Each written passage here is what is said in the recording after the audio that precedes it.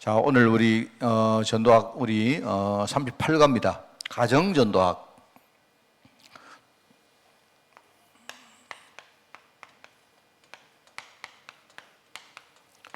마침 이번 주간이 우리 그 추석 명절 있는 주간입니다. 뭐 맞춘 거 아닌데 어떻게 이렇게 뭡니까 메시지가 딱 맞다 하는 생각이 듭니다. 그래서 여러분이 가정 전도 다만 여러분이 가정을 전도해야 되는데 이런 부담을 가지시는 게 아니고, 그죠? 하나님이 나를 우리 가정에 보내신 이유는 있지 않겠습니까? 그 아마 우리 가정을 살릴 중요한 주역이 내가 되기 때문에 하나님이 나를 미리 예정하시고 우리 가정에 보내신 거거든요. 우리가 볼 때 이 가정은요, 잠시 이 땅에 우리 왔다가 머물러 있다가 가는 데입니다. 그래서 사람들이 이 가정이 나에게 정말 영원한 것이라 생각하면 그것도 아닙니다. 그것도 아니고요. 우리 이 가정에 대해서 제대로 눈을 열고 내가 이 땅에 와서 우리 가정과 함께 이렇게 있는 동안 하나님이 원하시는 그 가정 전도의 중요한 축복이 뭔가를 여러분이 진짜 깨닫고 여러분이 그렇게 하면 좋겠다 하는 생각입니다. 우선 제가 이제 그 로마 시대 이야기를 하나 해보겠습니다. 우리 흔히 로마 복음화 이렇게 하죠. 요 로마 복음화에 대한 역사를 짧게 제가 이야기를 좀 하겠는데요. 여러분 아시다시피 하나님이 이 바울에게, 사도 바울에게 로마 복음화에 대한 중요한 어떤 언약을 주셨습니다. 바울이 에베소 그 사도행전 19장에 보면 에베소의 사역을 이제 어느 정도 마치고 그전에는 막연하게 그냥 이렇게 선교하고 했는데 이제 에베소 그 사역을 어느 정도 마무리 지을 즈음에 하나님이 이 바울에게 로마 복음화에 대한 메시지를 딱 주세요. 네가 로마도 봐야 될 것이다 라고 19장에 그게 나옵니다. 그때부터 이제 바울은 내가 지금까지 쭉 걸어가는 그 흐름이 바로 로마를 살리는 여기에 중요한 하나님의 포커스가 있구나라는 걸 깨닫습니다.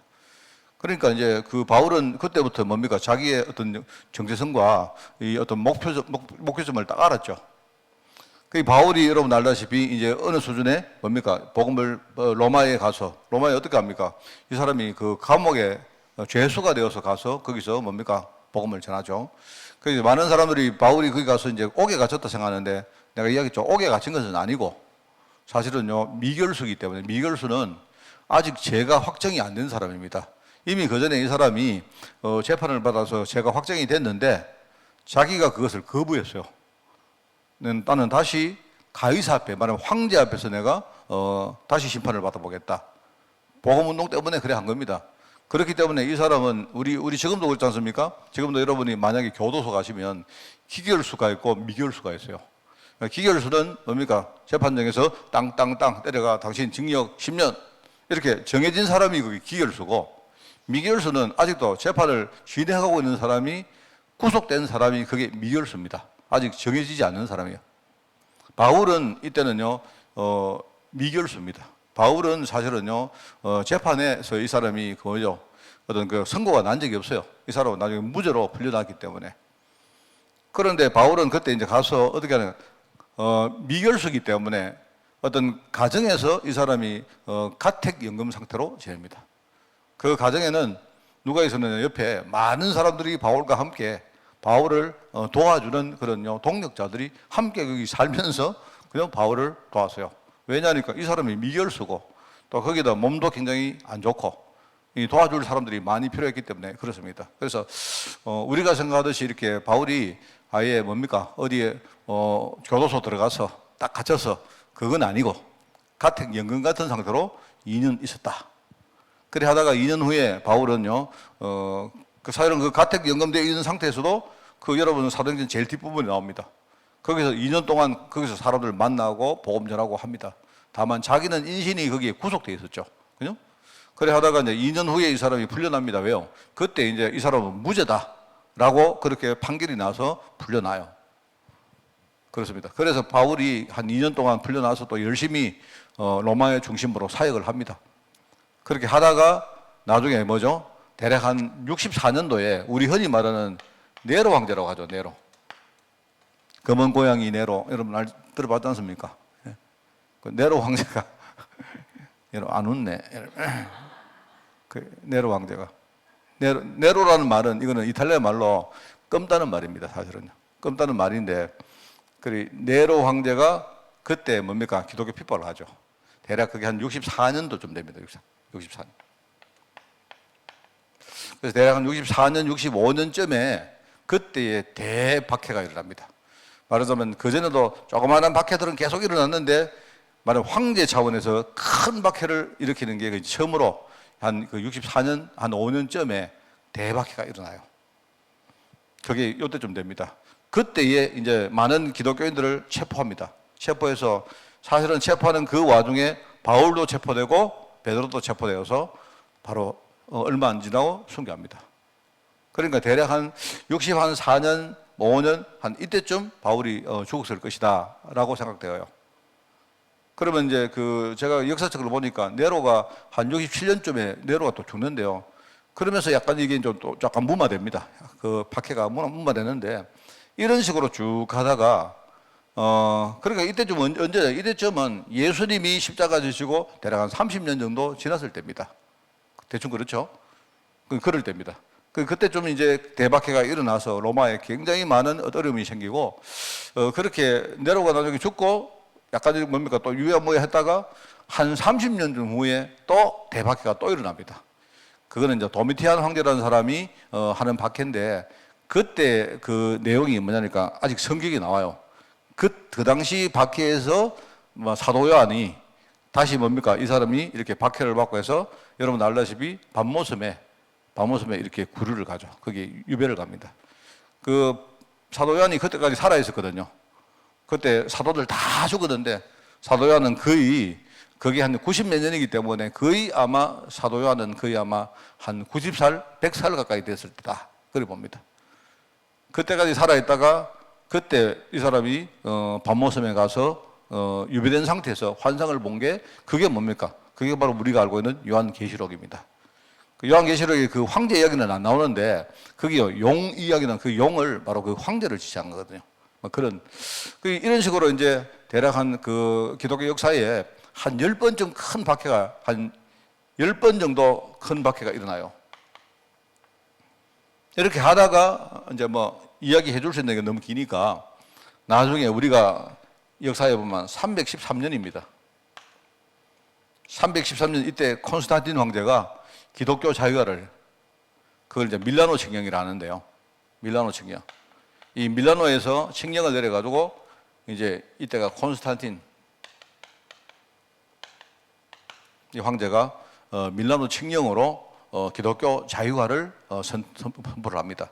그러니까 우리가 흔히 말하는 요 64년부터 대략 313년까지 요게 250년쯤 되죠. 거의 이게 딱 250년입니다. 희한하게.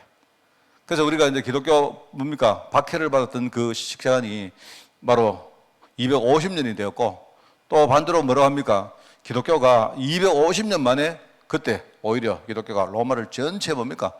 이때 기독교 자유화였지만 사실은 기독교 자유화라는 말은 다른 종교 믿어도 되고 기독교도 이제 믿어도 된다. 옛날에는 기독교를 믿으면 핍박을 받고 막 이렇게 했는데 이제는 마음껏 자유롭게 기독교를 믿어도 된다 했지만 황제가 뭐냐니까 기독교에 대해서 굉장히 호의적이었어요. 그러다 보니까 오히려 기독교를 굉장히 뭡니까? 국교는 아니었지만 기독교를 굉장히 뭡니까? 굉장히 이렇게 우대해주고 기독교를 굉장히 뒤에 밀어주는 그런 일을 하죠. 그러니까 이때 이제 오히려 로마 제국의 기독교가 제1종교가 된 겁니다. 그 기간이 250년이었다. 그래서 우리가 메시지 들어보면 250년 만에 바로 복음이 바로 이때 처음에 핍박받았던 이 뭡니까? 가장 일종의 마이너 종교가 250년 만에 로마 전체의 가장 메이저 종교가 됐다. 그 말입니다. 그게 250년이거든요. 자, 이걸 내가 말씀드리려고 하는 게 아니고 사실은 콘스탄틴 황제가 이때에 왜 밀라노 칙령을 하면서 기독교를 자유화를 했느냐? 제가 그 말씀 드리려고 하는 겁니다.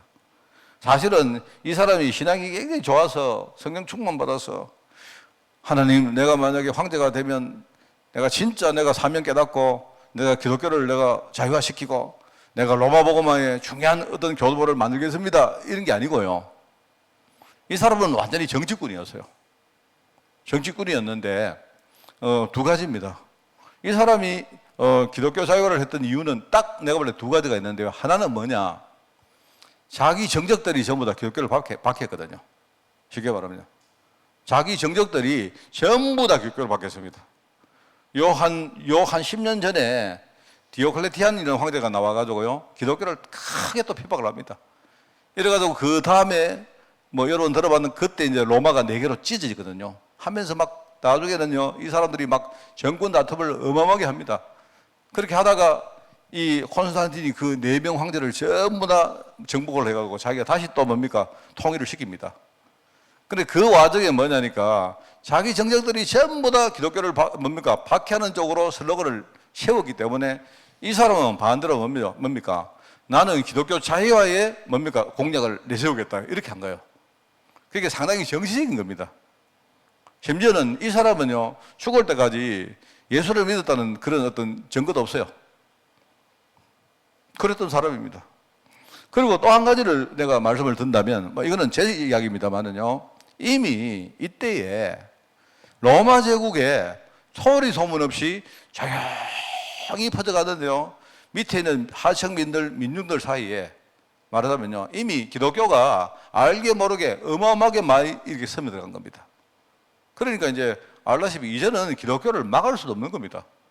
막을 수 없기 때문에 콘스탄틴 황제가 볼 때 차라리 이것을 내가 허락하고 오히려 이 사람들을 나의 일종의 정치적 배경으로 만들자 하는 이런 거예요. 그게 이제 역사책에 나와 있는 겁니다. 역사책에. 자, 그런데 제가 이걸 왜 말하느냐. 여기에서 가장 중요한 게 뭐냐니까 250년 동안 뭘 했느냐. 로마에는요, 말하면 이 가정교회에 가정이라는 걸 가지고 우리가 여러분 공산주의 국가도 가보면 중국도 안 그렇습니까? 우리 지하교회, 가정교회 이렇게 하듯이 이 가정에서 조용히 이렇게 복음이 막 전달되어지고 이게요, 이렇게 뭐랍니까? 일종의 우리가 볼 때 이거는 일종의 암 같은 거 있지 않습니까? 로마 사람들이 볼 때 이거는 완전 암덩어리요. 소리 소문 없이 이게 막 퍼지는데 막을 수가 없는 겁니다.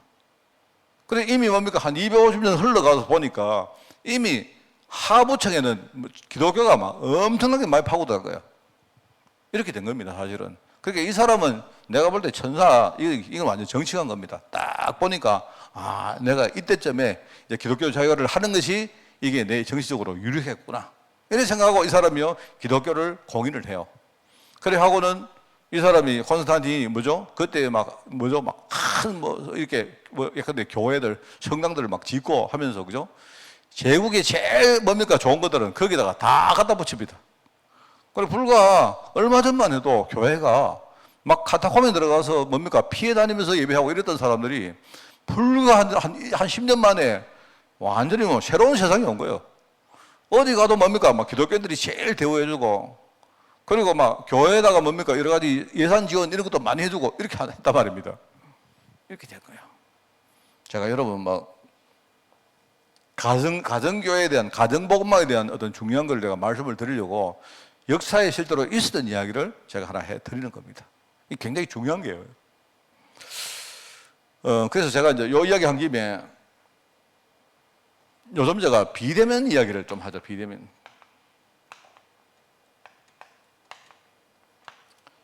비대면 교회. 이때하고는 내가 볼 때 완전 반대입니다, 반대. 지금은, 이때는요, 진짜 뭐랄까요. 예수 믿는 사람들이 이렇게 드러나게 예수 믿는 게 너무 힘들었을 때입니다. 지금은요, 반대거든요. 지금은 내가 볼 때 가는 데마다 교회가 너무 많아서 안 그렇습니까? 여러분이 교회가 너무 많아서 우리가요, 교회 선택하는 게 힘들 정도로 지금 교회가 많습니다. 그렇거든요. 근데 저는 개인적으로 생각할 때 이때나 지금이나 겉으로 눈으로 볼 때는 반대인데, 완전 반대인데, 근데 이 당시에 가정교회에서 조용히 핍박을 받으면서도 한 사람의 제자를 키우는 이 작업을요, 진짜 했거든요. 그런데 저는 어떻게 보느냐. 저는 지금요, 세상에 지금 교회가 너무 많습니다. 너무 많은데, 너무 많다 보니까 진짜 교회가 없는 거예요. 제가 볼 때 그래요. 이 말을 여러분이 우리 교회는 진짜 교회다, 이 말을 하려고 하는 게 아닙니다. 지금은 어떻게 보니까 비대면 교회가, 대면 교회가 너무 많다 보니까 오히려 이 당시에 뭐죠? 이때는 대면교회 하기가 굉장히 힘들었지 않습니까?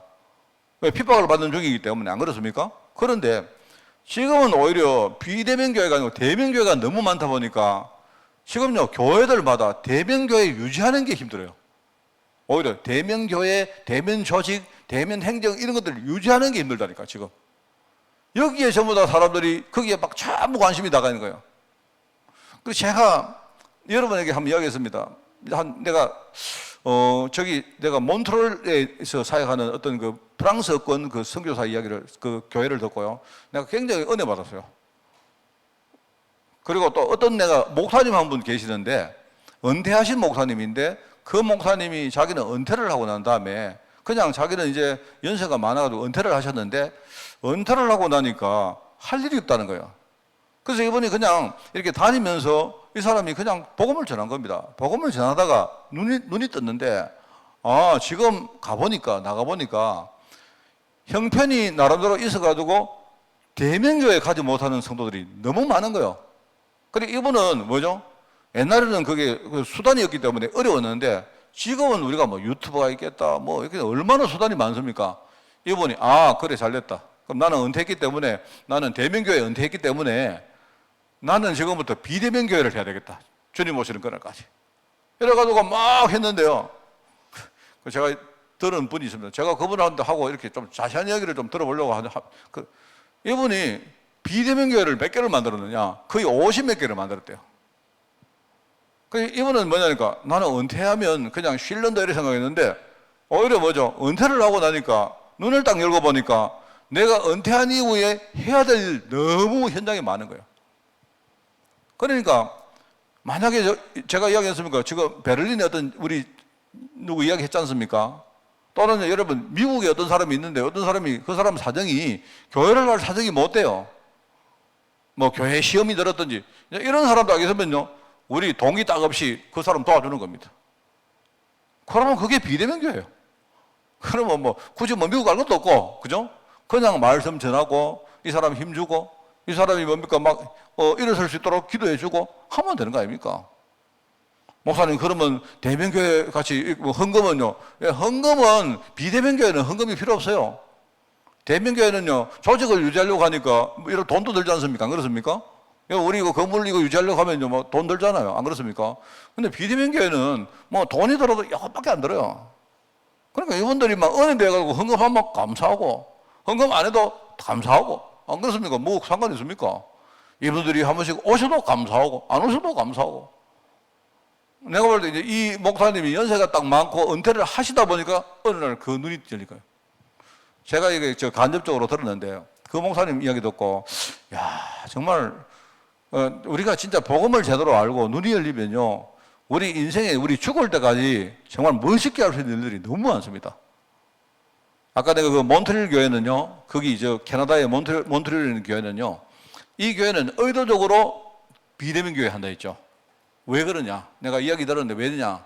사람들이 대면을 하면요, 사람도 모이고 돈도 모이고 하다 보니까 처음에 자기들이 가졌던 순수한 마음 잃어버린다는 거예요. 오히려 이 사람들은 처음부터 전 세계에 뭡니까? 프랑스어권 선교할 마음 있는 사람은 전부 다 뭡니까? 뭔가 네트워크를 만들어가지고 연결해가지고 함께 기도하고 함께 말씀 나누고 하는 거예요. 그러니까 나는 그거 보면서, 그러니까 이게 굉장히 잘하는데, 이 사람들이 뭡니까? 전 세계 프랑스어권 선교하는 사람들이 막 수만 명이요, 그 네트워크에 함께 하고 있는 거예요. 그래서 저는 그걸 보면서, 뭐 제가 여러분 그렇다고 뭐 내가 비대면 교회를 막 부흥시 그런 거 없습니다. 한 명도 좋으니까. 그래서 저는 정말 이게 큰 거. 그러니까 가정에 조용히 퍼져 들어가서 뭐죠? 제자가 만들어지듯이 이 시대에, 지금 시대도 마찬가지입니다. 지금 시대. 그래서 저는요, 그런 의미에서 제가 비대면 교회를, 비대면 우리 캠프를 시작했다 하는 거예요. 저는 지금 그렇습니다. 저는 옛날에 우리가 하나님 우리 교회에 20지교회 주옵소서 이런 기도 안 했습니까? 근데 아무리 해도 20지교회 못 하겠더라고요. 그래서 제가 보니까요, 비대면 우리가 캠프를 하면 20지교회 아니라 200지교회도 할 수 있습니다. 그거 금방 할 수 있습니다. 그거는요. 그러니까 제가 참 요즘 내가 이거 보니까 정말 이거 우리 눈 열고 하나님 인도받으면 정말 우리 인생에 할 게 정말 많다. 저는 그런 생각합니다. 자, 그런 의미에서 조금 제가 이제 약간 이 내용을요, 약간 그 수준을 높인 겁니다. 단순히 우리 가정 전도합시다 이 정도가 아니고요. 그래서 이제 가정이 뭐냐? 자, 여기에 대해서 한번 내가 이야기를 정리를 하겠습니다.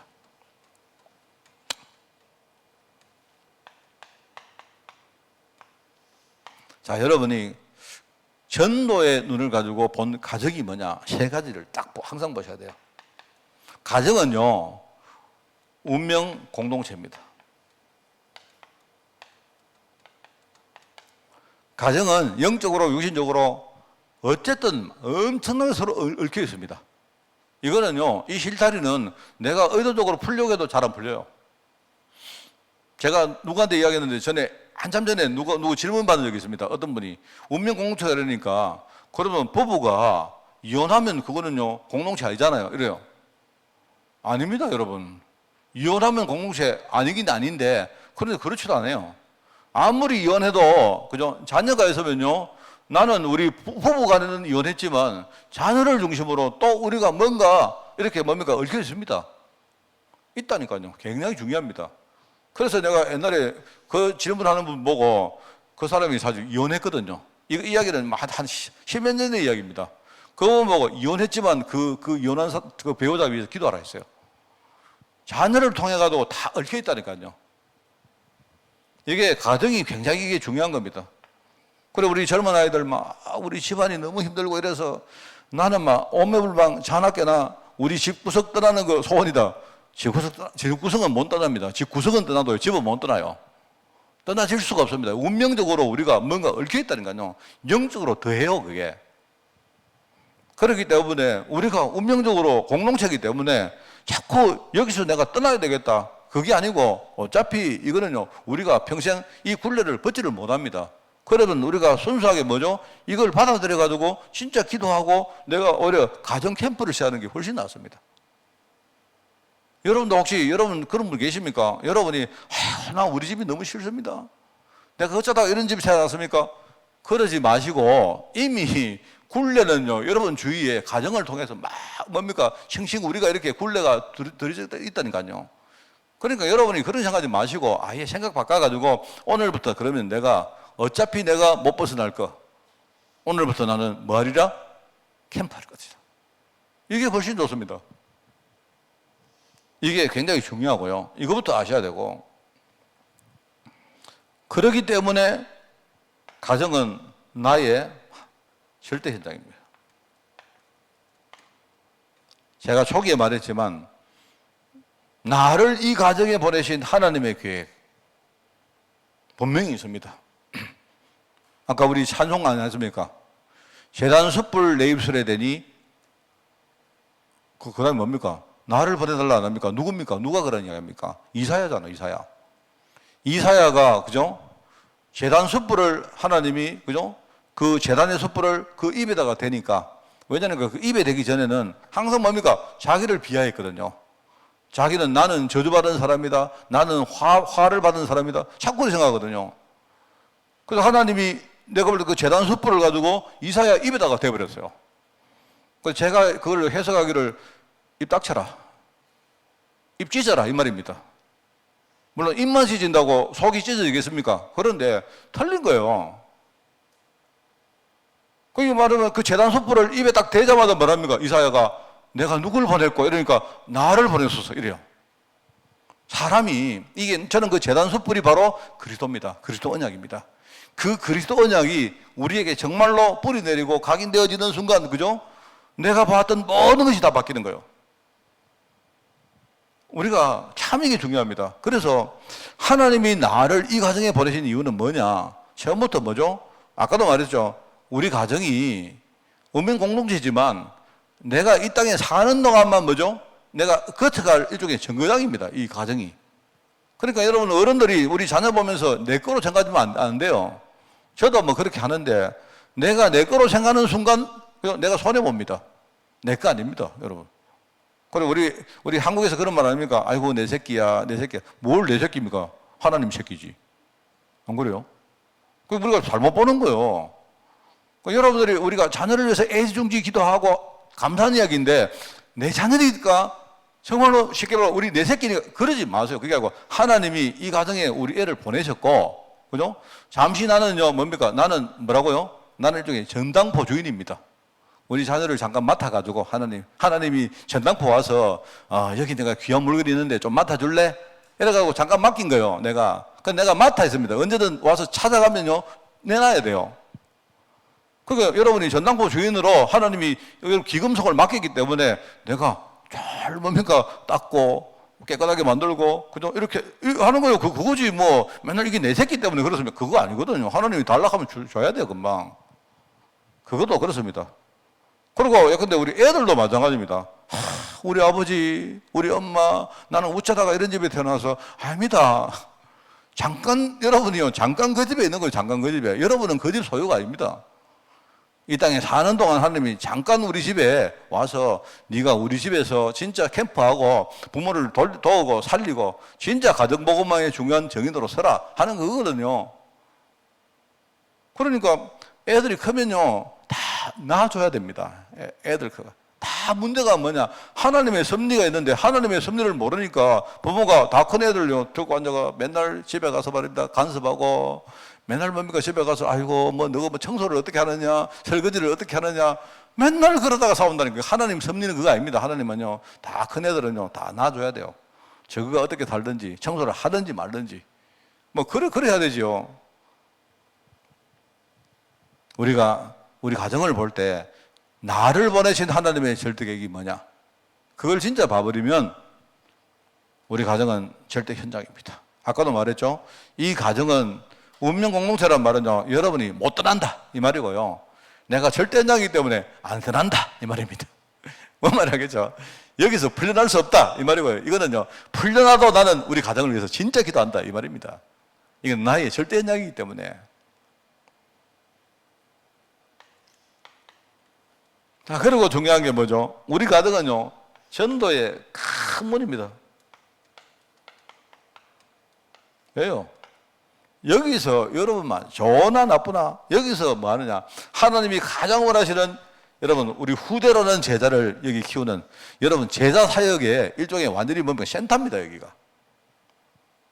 그러니까 여러분이 가정을 보실 때 그렇구나 이렇게 봐버리면 아마 우리가 가정 때문에 생기는 상처, 뭐 여러 가지 기대감, 뭐 가족들과의 갈등, 내가 볼 때 이런 것들에 거의요 100% 가까이 다 해결됩니다. 우리가 반대로 잘 못 보니까 그렇지, 안 그렇습니까? 그게 우리가 가정전도학을 보기 전에 이거부터 먼저 우리가 좀 생각하자. 자, 그래서 자 이거를 생각할 때 여러분 역사는 아까 제가 이야기했죠. 전도하는 데 있어서 가정을 막은 예가 없다. 좀 이거 제가 좀 고쳐보겠습니다. 우리 전도 현장에서 가정이라는 그 현장이 어떤 다른 힘에 의해서 막힌 적이 없습니다. 왜요? 가정은 못 말리거든요. 이게 은밀한 현장이기 때문에. 독재자, 폭군, 침략자, 어떤 종교, 범죄 집단이라 해도 가정 안에서 일어나는 하나님의 역사를 막을 수가 없습니다. 막을 수가 없어요. 그래서 여러분 신앙의 각도로 볼 때도 가장 중요한 사람이 누구냐? 부모님입니다. 정말로 부모님입니다. 그런데 저는 제가 이야기하는 겁니다. 저는 어릴 때부터 저희 아버지, 우리 부모님을 굉장히 내가 이렇게 끔찍이 생각을 했는데, 그거는 뭐냐? 제가 배운 그 교육이 부모님께 잘해야 된다, 뭐 이런 것들이 제가 배운 교육이었거든요. 그런데 저는 아버지를 이렇게 생각할 때마다 항상 제가 아버지를 되게 존경하는데 한편으로 저희 아버지가 제일 힘들어요. 내가 평생 이렇게 뭡니까 빠져나올 수 없는 사람이 누구냐? 우리 아버지입니다. 제가요 붙으면 다른 사람 다 이길 수 있어도 우리 아버지는 못 이겨요. 내 마음이 그렇다 이 말입니다.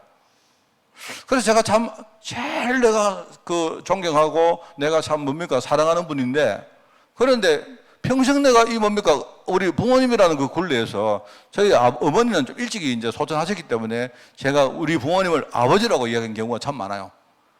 그래서 제가 이제 여기서 내가 못 빠져나오는 겁니다. 그래서 제일 힘든 사람이 누구냐? 저희 아버지입니다.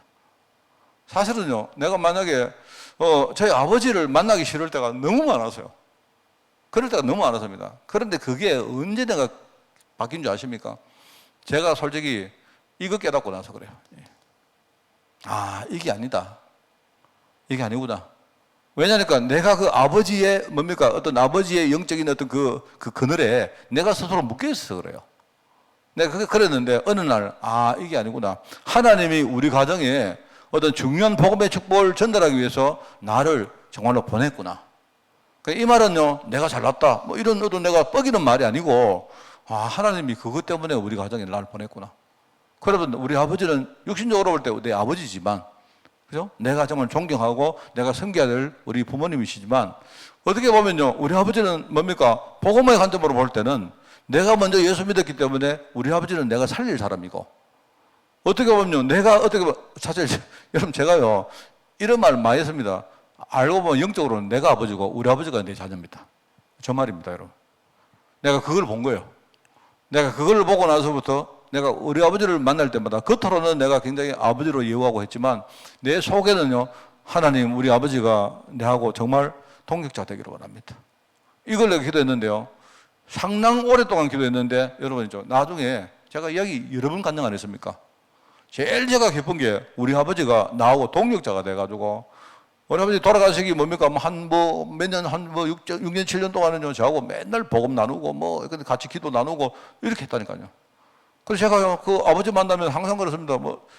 저희 아버지 만나면요, 시간이 많기 때문에 우리 아버지하고 막 기도하고 이렇게 하거든요. 하면요, 항상 제가 하는 거, 아버지한테 내가 머리 뒤밀고, 아버지요, 머리 손을 있어. 내가 우리 아버지니까, 육신적인 아버지니까, 아버지 이제 축복 기도해더라고. 그 축복 기도하면 아버지 제가 이제 축복 기도해요. 나는 목사니까 우리 아버지 머리에 손 얹고. 그거는 뭐냐니까 내가 우리 아버지하고 나하고 영적인 기도의 동력자란 말입니다. 하나님이 그죠? 그렇게 하시는 거고 또 그거는 뭐냐니까 내가 그동안 육신적으로 아버지를 봤는데 그 육신적으로 아버지를 보다 보니까 거기서 오는 여러 가지 불신앙과 이런 것들이 있어요. 그러니까 그것 때문에 내가 괴로웠던 겁니다.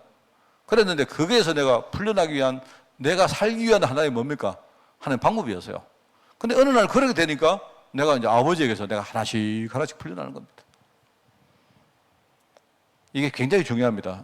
역사를 보면요, 가정에서 일어나는 하나님의 역사. 이게 조용히 뭡니까? 한 사람 제자를 키우는 이런 쪽으로 일어나니까 결국은 이게 엄밀하게 일어나는 일들이기 때문에 바깥에서 이걸 보지도 못하고 이걸 막을 수도 없는 겁니다. 그래서 사실은 이런 사역이 결국은요, 250년 만에 로마를 완전히 판도를 바꾼 거예요. 참 이게 핍박자도 가정을 막지 못합니다. 가정을.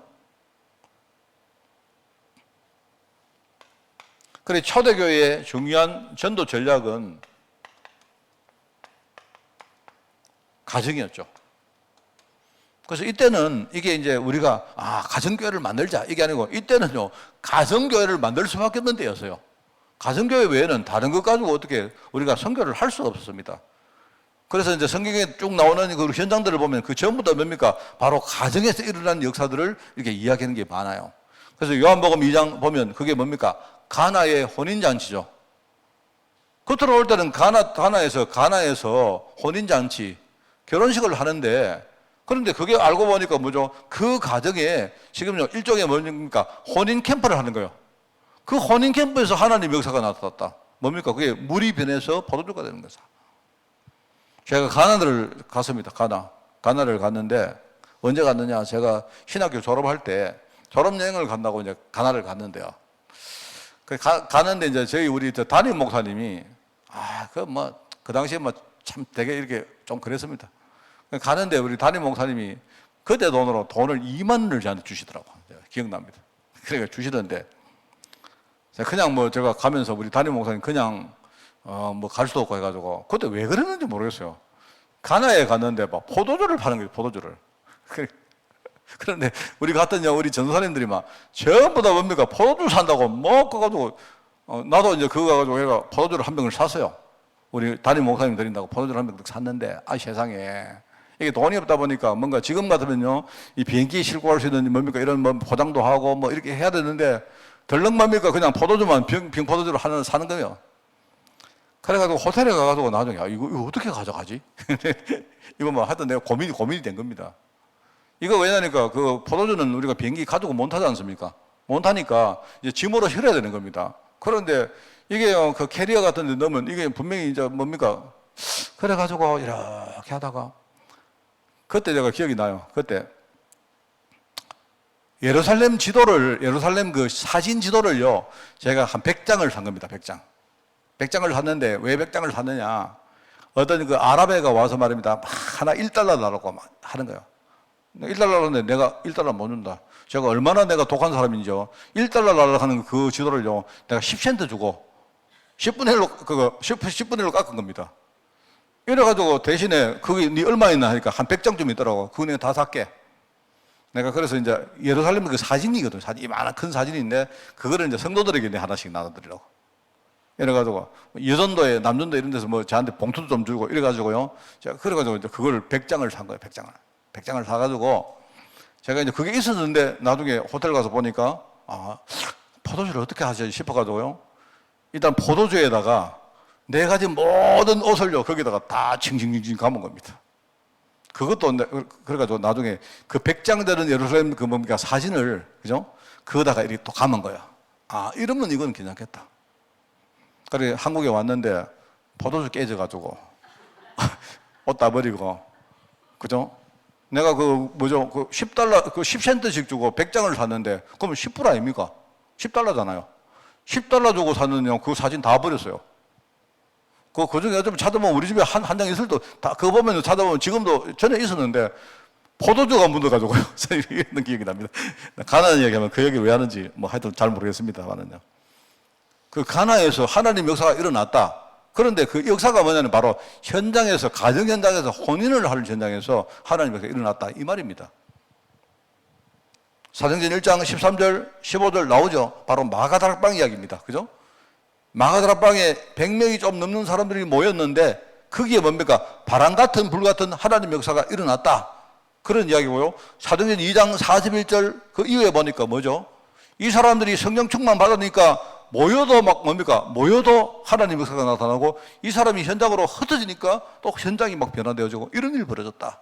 막 현장에 3,000명 되는 제자가 막 일어났다. 이 말입니다. 그 말은 이게 모든 하나님 역사의 중심이 이 당시에는요, 뭐야? 가정이었다, 가정. 이 말입니다. 그러면 우리가 가정을 중심으로 전도하자. 이게 아니고요. 하나님이 가정을 중심으로 역사하기 때문에 우리는 뭐죠? 캠프는 그 하나님 역사를 보고 따라가는 겁니다. 그게 이 시대에 하나님이 하셨던 가장 중요한 로마 복음화의 전략이었다, 이 말입니다. 그러면 여러분이 생각하고, 아, 그래요? 그럼 우리 집에 가정에 가서 우리 방에다가 십자가 하나 달고, 그건 말이 아닙니다.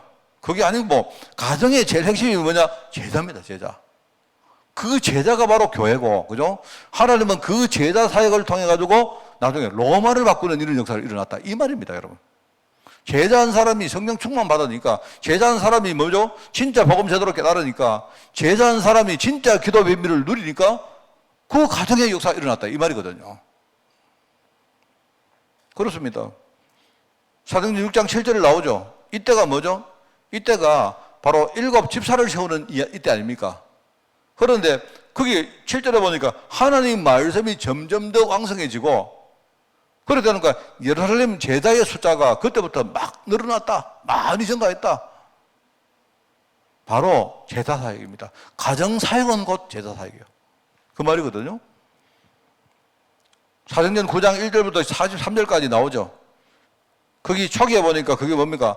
바울을 회심시키는 사건인데 하나님은 바울을 바꿀 때 그 현장에 아나니아를 미리 딱 준비해서 그 아나니아 집이 뭐죠? 이 회심하는 바울이 뭡니까? 성장하는 일종의 우리 흔히 말하는 플랫폼이 됐다 이 말입니다.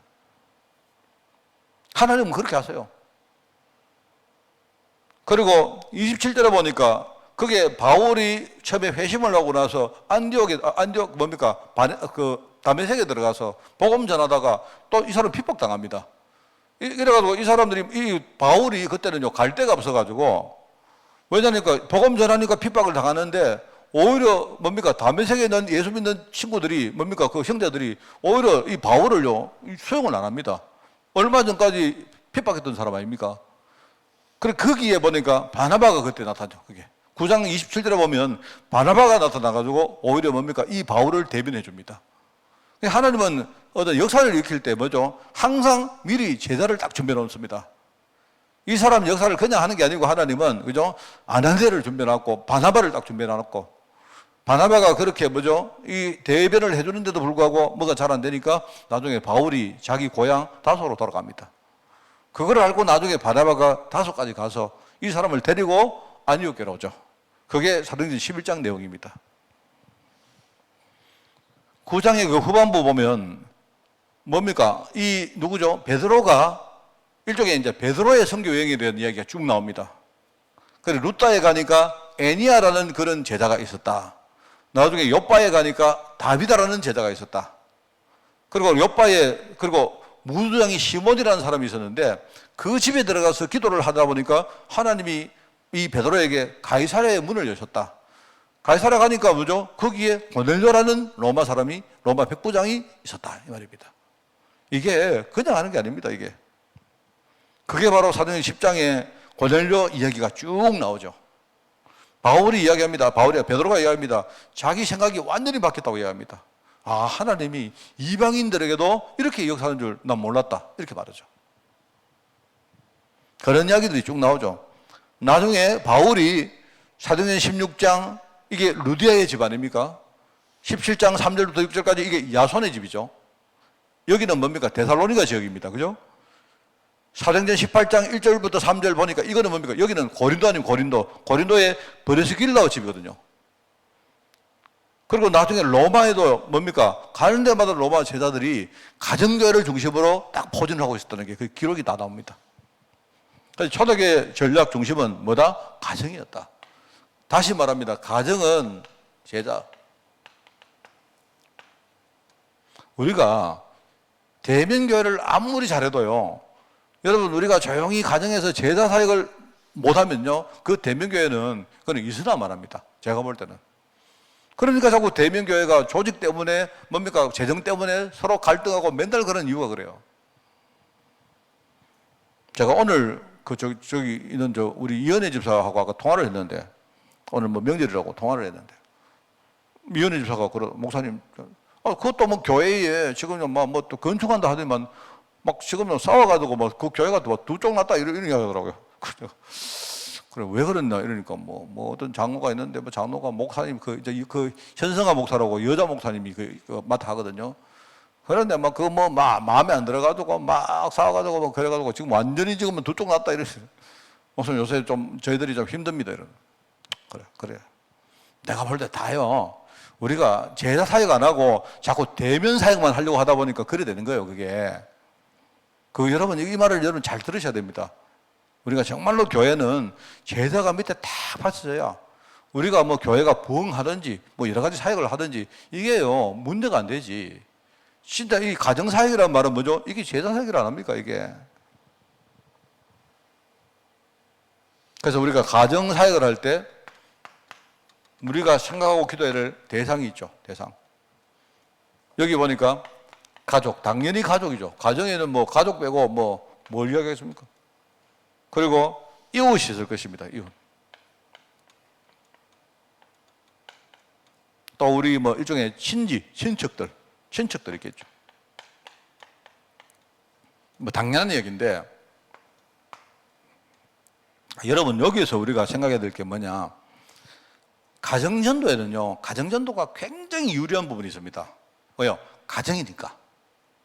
나와 함께하는 사람이니까. 우리 서로가 굉장히 많이 묶여 있으니까 내가 가정전도를 하는데 유리한 부분은요, 뭐죠? 굉장히 있는데 이게 곧 일종의 뭐죠? 이게 굉장히 어려운 부분입니다. 그러니까 쉽게 말하면 이런 겁니다. 제가요, 어디 가서 내가 메시지 전해도, 그죠? 다 은혜 받는 사람 너무 많아요. 그렇죠? 그런데 제가 메시지 전에도 절대 은혜 못 받는 사람이 누군지 아세요? 저 두 사람입니다. 왜? 같이 사니까. 무슨 말 알겠습니까? 내가 우리 조장로님 만나가 장로님 오늘요 내 이번 주 갔는데 충만합니다. 이렇게 이야기할 수 있잖아요. 왜? 나는 사역하고 집에 오면 되잖아요. 그런데 우리 가족은 나하고 맨날 같이 사니까 내 일거수일투족을 다 보고 있는 거예요. 그게 굉장히 유리한 점인데 굉장히 그게 어려운 점입니다. 무슨 말 알겠습니까? 그래서 제가 볼 때 가정사역은 이거는 가짜로 하면 안 돼요. 다른 거는 약간 우리 가짜로 해도 됩니다. 안 그렇습니까? 그래서 제가 늘 말하잖아요. 어떤 분이 이런 이야기 안 합니까? 전도신학원 가니까 되게 은혜가 되는데 우리 교회 강단은 왜 이래 은혜가 안 되는지 모르겠다. 왠 줄 아세요? 똑같습니다. 저도요, 전도신학원 가면 완전 뭡니까? 우리 전도신학원 계시던 우리 그 학생들 아니십니까? 완전히 제가 좀 과장해서 제가 완전히 뭡니까? 쥐었다, 폈다. 다 케어시킬 수 있어요. 왜? 그 사람들 우리 성도 아니니까. 안 그렇습니까? 그런데 우리 교회 오면요, 여러분들이 나하고 뭡니까? 맨날 만나죠. 같은 메시지 또 들어야 되죠. 이게 나 여러분들을 뭐 속일 수가 없어요. 안 그렇습니까? 그래서 여러분들이 이제 되게 바보 같은 사람이 그럽니다. 목사님 전도시간 가니까 되게 은혜되는데 그게 자기가 바보라는 말입니다. 뭔 말 알겠습니까? 우리가 항상 말하잖아요. 우리 옆집 아저씨는 항상 멋져요. 옆집 아저씨는요 멋지지 않은 법이 없어요. 근데 우리 집에 있는 남편은요 엄청 그거 안 멋집니다. 뭐 저런 맨날 뭡니까 뭐 다 알거든. 똑같습니다. 그게 그 가정사역은 우리가 생각을 많이 해야 된다 이 말입니다. 뭐를 우리가 덜렁덜렁하고 뭐 쉽게 형식으로 해가지고는 되는 게 아니에요. 이거는 어떻게 보면 속일 수도 없고. 근데 반대로 이야기하면요, 내가 진짜 성령 충만 받아버리면요, 내 삶을 옆에서 보는 사람이기 때문에 내가 오히려 뭔가를 안 해도 됩니다. 그냥 내 삶 자체가 사역이에요. 이게 굉장히 중요한 겁니다, 여러분. 그러니까 이게 양면이 있다는 걸 여러분이 아시고, 그죠? 아시고 지금부터 여러분이 하시는 거예요.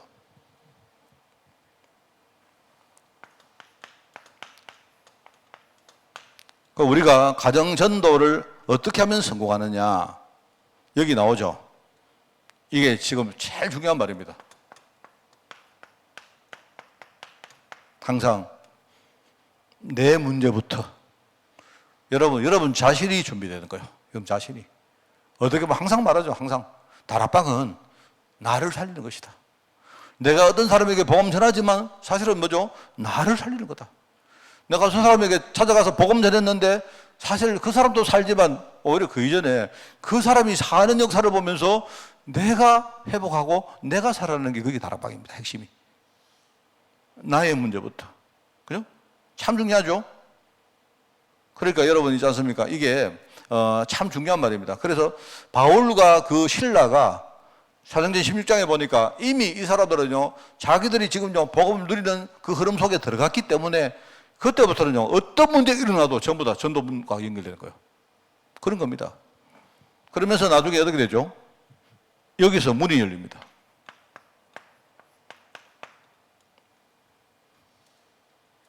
제가 저번에 이야기했습니까? 와, 어떤 목사님이 설교를 하는데, 빌립보 감옥에서 바울이 막 찬양을 막 뜨겁게 하니까 옥문이 열렸다래요. 저는 생각을 다르게 합니다. 그 찬양의 역사를 말하려고 하는데 저는 그렇게 생각 안 합니다. 바울이 왜 찬양한 줄 아십니까? 저는 내가 누가 묻길래 그런 말 했어요. 왜 찬양했는가 아마 입 있는데 논이 심심하니까 찬양했지 뭐. 좀 제 말이 맞습니다, 여러분. 바울이 하나님 내가 기도합니다. 옥문을 열어주옵소서 이런 게 아니고요. 밤에 여러분도 감옥에 들어가 보세요. 밤에 뭡니까? 저 같은 사람은 잠을 거의 안 자기 때문에 저는요, 전 감옥에 들어가면 만약에 내가 밖에 있으면요, 유튜브도 보고 뭐 예컨대 우리 영화도 보고 할 수 있는데 감옥에는 그거 없잖아요. 할 건 뭐 있습니까? 맨날 그거 할 거요. 그냥 아는 노래하고 아는 찬양하고 안 했겠습니까? 하는데 이제 한 가지가 달랐던 게 뭐냐? 바울은요, 딱 눈을 뜨고 하나님 왜 이래 하실까? 그거 생각하고 있는 거예요. 이번 찬양을 했는데 왜 했냐? 입이 심심하니까 찬양했는 거지 뭐. 안 그래요? 시간이 많으니까. 그런데 옥문이 열렸다 이 말입니다. 그게 무슨 말이냐? 어떤 많은 목사님이 찬양을 했기 때문에 역사가 일어났다. 저는 그거는요 좀 과한 해석입니다. 그게 아니고 바울이 옥문이 열렸는데 안 나가잖아요. 옥문이 열려서 왜 열렸지? 이러고 가만 보고 있는 거예요 계속. 그런 겁니다. 바울은 뭐 특별히 뭔가를 하는 게 아니고 뭐죠? 자기 자신들이 복음이 준비된 사람이기 때문에 전부 다 뭡니까? 다 문입니다. 옥문이 열렸는데 왜 열렸지? 이런 거 있지 않습니까? 왜 내가 그러면 감옥 옥문이 열렸다는 말은요, 나가란 말 아닙니까? 근데 하나님이 왜 나를 그러면 나가라 할 걸 감옥을 왜 내 여기 내 왜 가두었지? 알고 보니까 뭐죠? 이게 전부 다 간수와 연결된 그 문이다 말입니다. 그런 거죠. 이게 굉장히 중요합니다. 그러니까 나중에 여기에서 큰 역사가 일어나죠.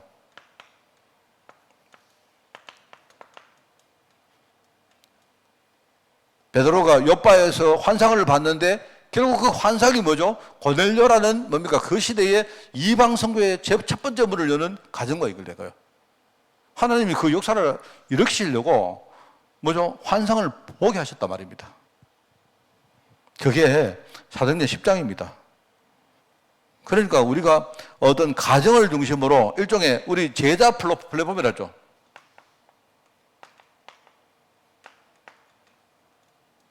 이걸 만든다는 게 굉장히 중요하죠. 그래서 우리가 참 신방 우리가 대신방을 지금 하고 있습니다만 저는 대신방에 대해서 상당히 그 비판론자입니다. 왜냐하니까 대신방을 성도들하고 신방을 신청하라도 우리 성도들 대신방 신청 안 해요. 우리 대신방 신청 지금까지 하신 분이 몇 명이냐? 몇 명인가 하면요 10명도 안 됩니다. 왜? 저는 생각에 알아요. 성도들 생각을. 왜요? 우리 집 누추하거든요. 목사님 오시면 설고 닦고 청소하고 제가 그거 알고 있거든요. 가정을 보는 벌써 각도가 다른 거예요. 그게 아니고 대신방은 뭐냐니까 여러분 내가 목사가 여러분 가정에 뭐 가정 방문합니까? 그게 아니잖아요. 저는 여러분 가정들이 뭡니까? 제자를 키우는 플랫폼으로 만드는 거기에 우리가 함께 기도하는 그것 때문에 가는 거 아닙니까? 맞잖아요. 그렇지 않습니까? 아닙니까? 저는 그래 가거든요. 그 우리 성도들은 전부 다 뭐 생각하느냐? 아이고 목사님 이 더운데 만데 오실라 하노? 목사님 오시면 막 청소해야 되고 또 대접은 어떻게 하고? 아이고 나 음식 솜씨도 없는데 나 참 미칩니다 정말. 저는 정말 우리 성도들 있죠. 내가 그거 알고 내가 대신방 안 할라 했어요. 안 할라 했는데 어떤 사람이 와 목사님 우리 교회는 대신방 왜 안 합니까? 막 굉장히 항의하는 사람 좀 있어요. 근데 그분들 아직도 대신방 신청 안 하고 있어요. 전부 다. 내가 알거든요. 나는 다 알았어요. 내가 누구한테 예언했습니다. 분명히 이래 된다 했는데 여러분 내가요 목사가 아니고 도사입니다. 내가 다 알고 있다니까요. 우리는 가정은 뭐다? 제사를 키우는 플랫폼으로 하나님이 가정을 세웠기 때문에 가정의 의미는요 이거밖에 없습니다. 그거 말고는 다른 의미가 없어요. 내가 무슨 뭐 여러분 뭐 가정 방문을 합니까? 그런 거 아니잖아요. 나중에 이 10들, 그죠? 이 가정이라는 이 플랫폼이 어떻게 됩니까? 정말로 지역 살리는 것하고 연결됩니다. 여기 나오죠? 여기에. 일종의 가정 미션홈 이렇게 하는데 사도행전 16장 15절 그 나오지 않습니까? 사도행전 16장 이게 루디아의 집 아닙니까? 내 집에 들어와 유하라. 이 말은요. 나를 주 믿는 자로 알거든 내 집에 들어와 유하라. 이거는요. 바로 신앙을 가졌던 이 루디아가 한 단계 더 높이 이제 깨달았단 말이에요. 눈이 열렸다는 말입니다. 단순히 내가 그냥 예수를 믿고 하나님을 공경하는 정도가 아니고 뭐죠? 하나님이 나를 여기에 보내셔서 여기에서 사람들로 우리 가정을 준비하신 이유는 뭐냐? 여기에서 진짜 내가 이 지역 살릴 중요한 센터가 되라는 말 아닙니까? 그걸 내가 알았다 이 말입니다. 이 루디아가 그 고백하는 거거든요. 그게 바로 사도행전 16장 15절입니다. 고린도전서 16장 19절에 보니까 그게 나오죠. 거기에 아굴라와 브리스가의 집에 있는 그 교회에 문안하고 이렇게 나오죠. 그런 겁니다. 나중에 이 가정지교회가 결국 뭐죠? 나중에 전체 일종의 전체 복음화 운동과 연결되어집니다. 그래서 골로새서 4장 15절에도 눈바와 그 여자의 집에 있는 교회에 문안하라. 눈바라는 사람이 누군지 모르지만 있죠, 그죠? 역시 그런 어떤 일들이 쭉 벌어집니다. 자, 여러분 보시면서 제가 오늘 드리는 말씀은 하나님은 이 로마 복음화 하는 그 250년 동안 중요한 과정을 통해서 여러분 가정 이거는 일종의 이제 껍데기입니다. 이거는 형식이고 이 과정 속에 일어나는 제자 사역 이걸 통해 가지고 로마를 바꾼 겁니다. 여러분 이미 이때는 판도가 바뀌어 가지고 더 이상 정치가들이 어떻게 할 수가 없었어요. 그렇습니다. 그러면 지금 시대는 어떠냐? 저는 지금 시대는 겉모습은 반대인데 똑같습니다. 지금 시대는요 대면교회가 너무 많은데 우리가 지금요 제자를 한 명 키우는 사역을 제대로 못하면 지금은 이런 모든 뭡니까 이런 조직들이나 이런 것들이 내가 하루아침에 다 무너집니다. 저는 그렇게 생각합니다. 우리 한국교회가 이제는 정말 로마 시대에 이 제자 사역에 하는 이 시점에 들어섰다 생각하시고 우리 교회가 여기에 부름받았는데 저와 여러분이 정말 여기에 쓰임받는 그런 여러분 되시기를 꼭 부탁을 드리겠습니다. 하나님 아버지, 우리가 요셉처럼 눈을 열고 우리 가정의 중요한 영적 사실을 볼 수 있도록 주님이 축복하시고, 정말 우리가 보았다면 지금부터 우리 가정의 기도 배경되어서 우리 삶의 응답을 받아서 우리 가문 살리고 가정 살릴 정인으로 설 수 있도록 주님이 축복하여 주옵소서. 이번 주간 하나님, 우리 추석 명절 주간입니다.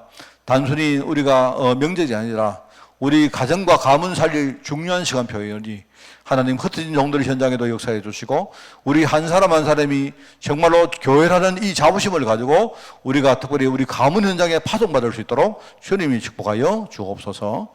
감사드리며 예수님의 이름으로 기도드리옵나이다. 아멘.